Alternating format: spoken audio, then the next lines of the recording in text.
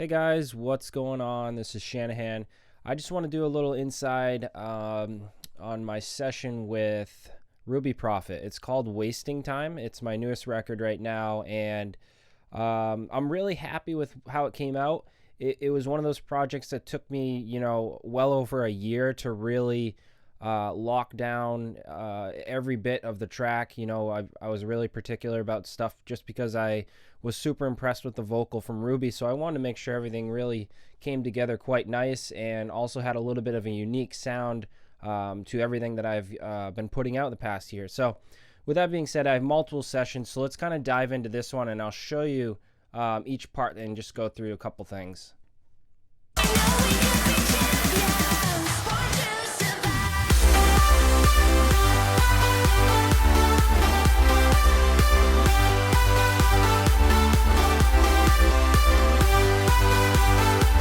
All right, so that's a drop. Again, it's not the final one, but there's so many sessions. I have, I think, over 10 different sessions for this track.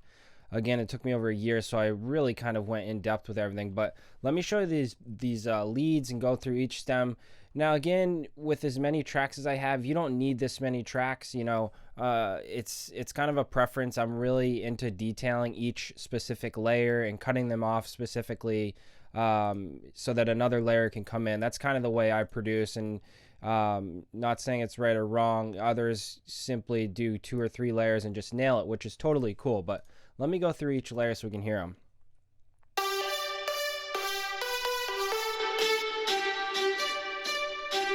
Yeah, this lead 3, I'm a firm believer in like a cello violin layer.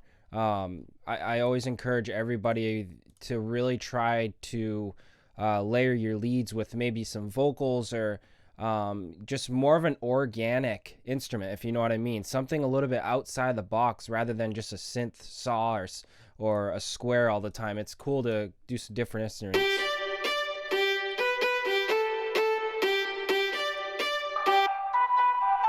So that layer 5 is a vocal sampled.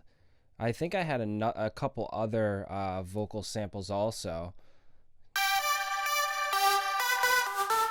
Yeah, lead 8 is a sounding vocal also, and I think I sampled Ruby's voice at one point.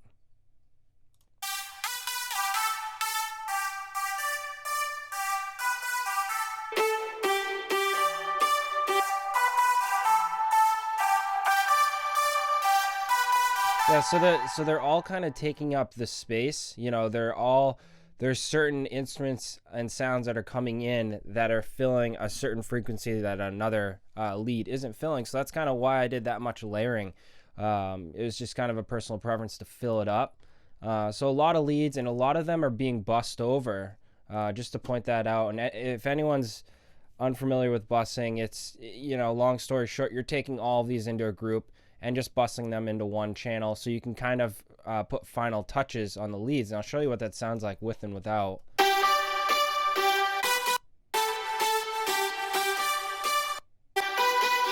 So it sounds a little brighter with it all off, but I was going more for mixing the leads in the back. I wanted to highlight the chords and really push the bass loud and really get this distorted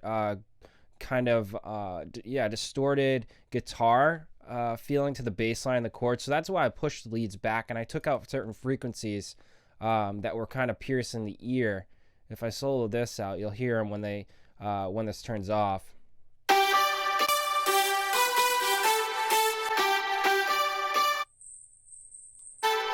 So you can hear that. I just basically go through the EQing, as you guys are familiar with the Q2. You can go back and forth with this headphone and really highlight certain frequencies within the leads that kind of may be piercing the ears a little bit and too sharp. So that's kind of what I did there. Threw it through the UAD just to clean up a little bit of compression there at the multi-band. And then the rest is just more for automation besides the 3A, just doing a little bit of compression on the leads.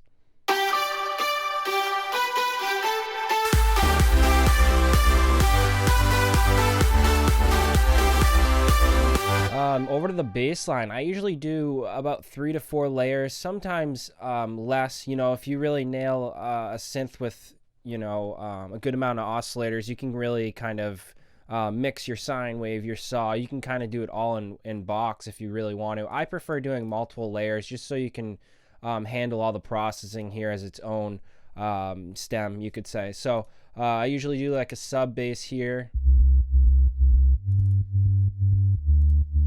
And I always like to cut my subs and sines roughly to about 200, and then the rest of my stems you guys will see here, I then let fill up the gap in here.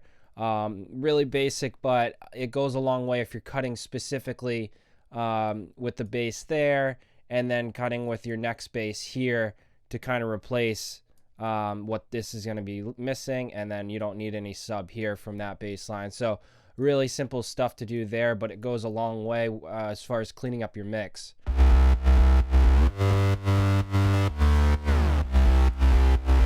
The bass 2 and 3 are those really wide guitar basses I was talking about earlier that I really love. I like that gritty low end instead of a standard, rounded off bass line. I really like the bass to come through.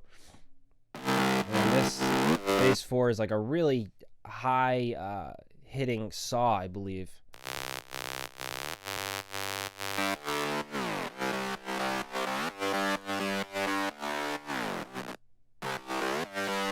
Yeah, so that's the really wide bass that's running the entire low end.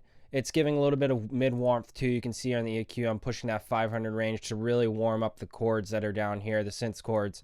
Those are just all rolled off just so they're not affecting that sub bass at all on the kick drum. And those are kind of grouped together in a main bus. Same idea I did with the leads, you guys can see here. I'm a firm believer in busing just to take that little extra control over your mixing. Having full control of all the stems into one box. You can see that they're EQ'd a little bit here.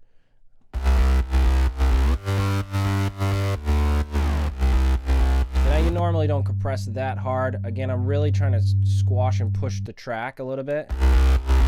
And this little guy here, the direction mixer, this is just taking my entire bass stems. I'm centering them a little bit into mono, just so I can fill out the stereo spectrum left and right with my leads and my vocals or my chords that are down here. So I just tightened up the bass line a little bit and centered that out just to give a little bit of room for the other elements, mixing wise.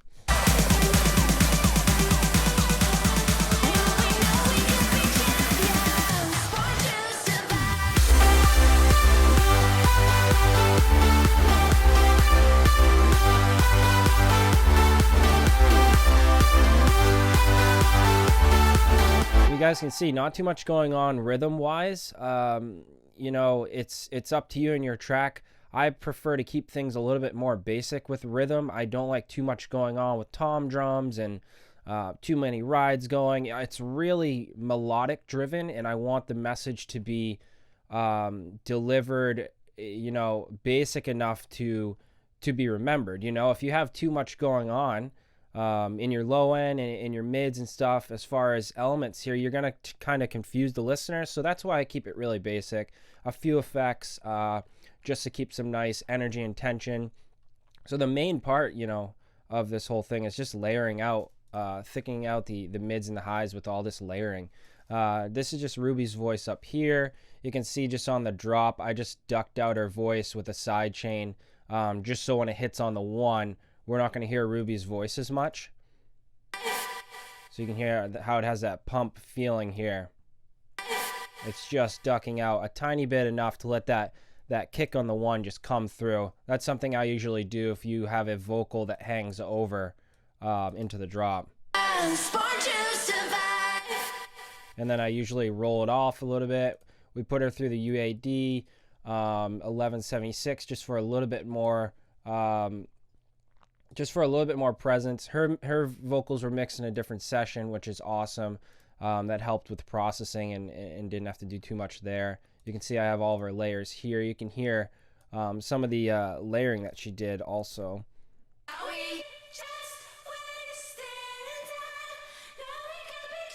Which is really cool to hear all the layers. It's just like building a synth. Vocal layering is just just if not more work than synth layering. It's so much time invested in vocal layering and harmonizing, and it's a whole nother track itself.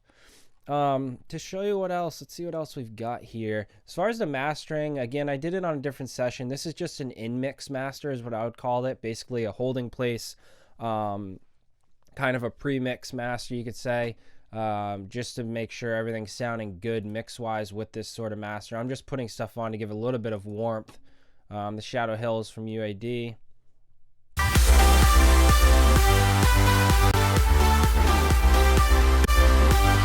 See how it gets a little bit dull and what I would say unglued without this, and it's an amazing plugin there.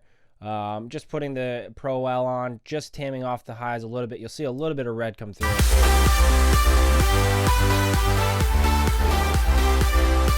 It's mainly catching it on that kick drum, a little bit of the transient of the kick. Don't want to squash it too much.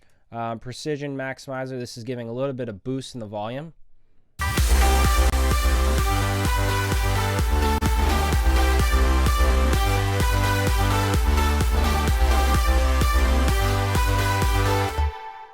And throwing it through the SSL comp. I use this Waves one a little bit. I prefer the UAD one. It's a little bit nicer. I mean, most people will say they're exactly the same. I would disagree, but that's all good. Whatever works for you.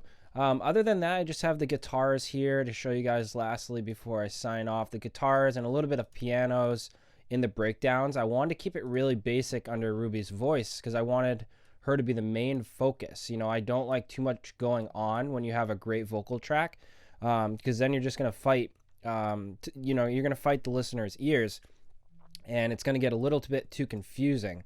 It's kind of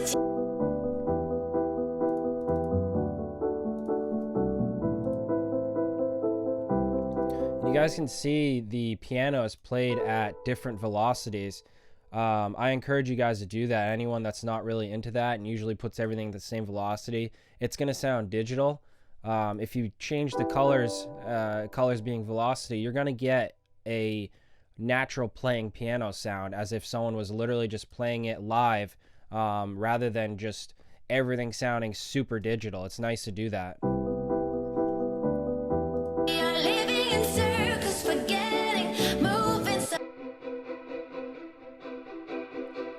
Again, I love adding any cellos or violins that I can. That's from Contact, Action Strings, I believe it's called. And then lastly, the guitars. I either play the guitars in, I have a friend, a musician that will play guitars in. You can use Contact. I always love using real instruments, orchestra drums, strings on my breakdowns. Are we all just wasted?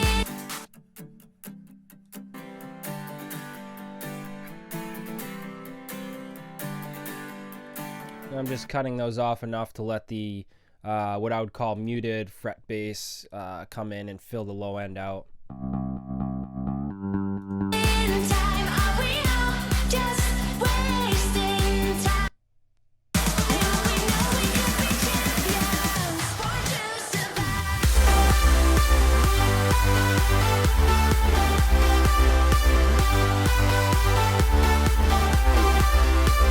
Alright guys, yeah, that's mostly wasting time. The main session, again, there's so many other sessions, but I'm not going to go through those. It's, you know, it's hours and hours of stuff. So you guys got the idea a little bit of how this track came together. I'm super happy with it. Hopefully you guys enjoyed. As far as production questions, if you guys ever have any questions about anything in here, please feel free to shoot me a comment or inbox or whatever you feel is necessary. But hope all is well, and I'll talk to you guys soon.